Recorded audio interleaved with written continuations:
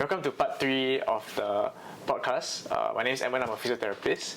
I'm joined by Dr. Tan today. Hi, Dr. Gamaliel Tan. Orthopedic spine surgeon. Yes, correct. And this is our podcast on the lower back pain. So if you haven't already watched part 1 and part 2, do go and check them out. In this last section of last episode of the podcast, we are going to do some rapid fire questions. So question 1, what are some actions that I should avoid after recent spine surgery, discectomy or lumbar fusion?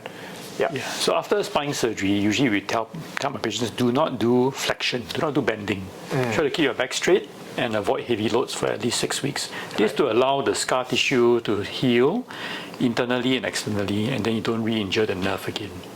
So avoid flexion, avoid heavy loads. Yes. Give it time for the back to heal. Yep. Question number 2, what should I do to aid my recovery after lumbar spine surgery? Yeah, so if you don't injure it by what I mentioned earlier, then the recovery will happen by itself. So follow the advice and precautions after the surgery. Next question, they ask, are there any dietary modifications after spine surgery or supplements? Yeah, sometimes we give them calcium vitamin D supplements if they have undergone a fusion surgery. So that's about it, but no other special dietary modifications. Okay, cool. Next question. Will the metal implants trigger airport metal detectors? Yeah, in the old days we used stainless steel. They would definitely trigger the metal detectors, but now we use titanium because they're MRI compatible. So they're not as ferromagnetic, unlikely to trigger the metal detectors, but we always give them an implant card. Regarding implants, do the implants need to be removed or are they kept forever? Yeah, good question. So most of the time for fusion, we don't remove them forever. But for cases where we do fractures and we just need to internally stabilize the segments for the healing to occur, we usually remove them after a year. After 1 year? Yeah, for fractures. So fractures also can be another thing, but some fractures we fuse, some fractures we don't fuse. Nowadays, most fractures we don't fuse because we want the spine to be mobile, so we actually remove them after a year. I see. Okay, and for those that are kept forever, next question actually is, will the implants rust?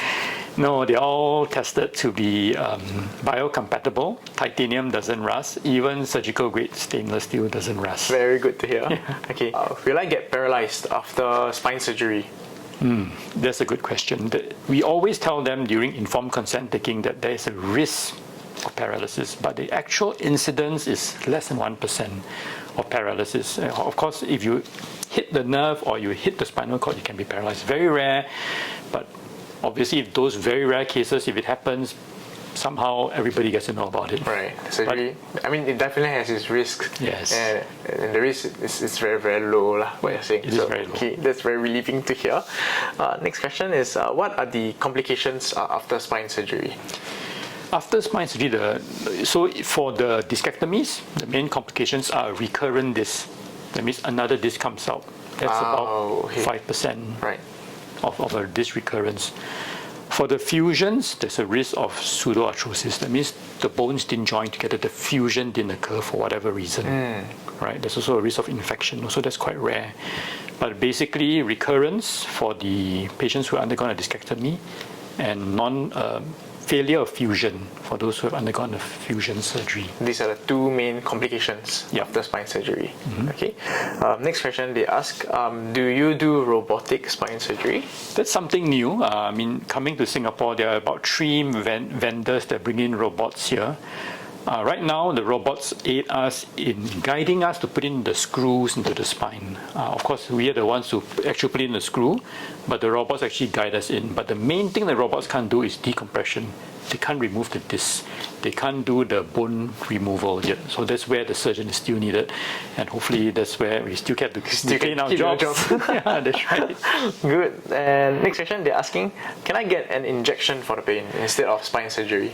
Yes. So injections, there are a few injections that we do. The standard one is steroid injections into the nerve to numb the nerve.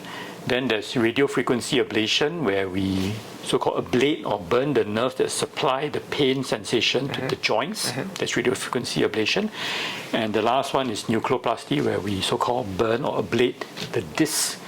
And that's supposed to also shrink the disc, and then hopefully that puts less pressure on the nerve. But those are the injections that are available currently. Right, very nice. Okay, last one would be, what pillow, chair, or mattress is good for the spine or spine problems? For those with lower back pain, I find for myself a firm mattress would be useful. So what I do is, when I go shopping for mattress, I of course go to a furniture mall, and you get to test it out. You get to test out the various grades of stiffness, and you find one that suits you. What I find that if it's too soft and you sink into the mattress, that is uncomfortable and aggravates the pain. In terms of the pillow, again, what suits you, but I find for me, if the pillow is too soft and my head sags down, then it's painful. So I usually find a pillow that is in line with my neck, so that when I sleep, the neck is sort of straight. Right. That's for me. Yeah. Again, depends on whether you're a side sleeper, front sleeper, sleeping on your back. Right. Yeah, but for a side sleeper like me, I find a firm mattress and a pillow that's in line with my neck. All right, thank you, Dr. Tan, for answering all these questions. So this will be like a rapid fire question series, I guess. Yeah, and I think that's a wrap. Yeah. Thanks for watching. If you like more of this content, please subscribe.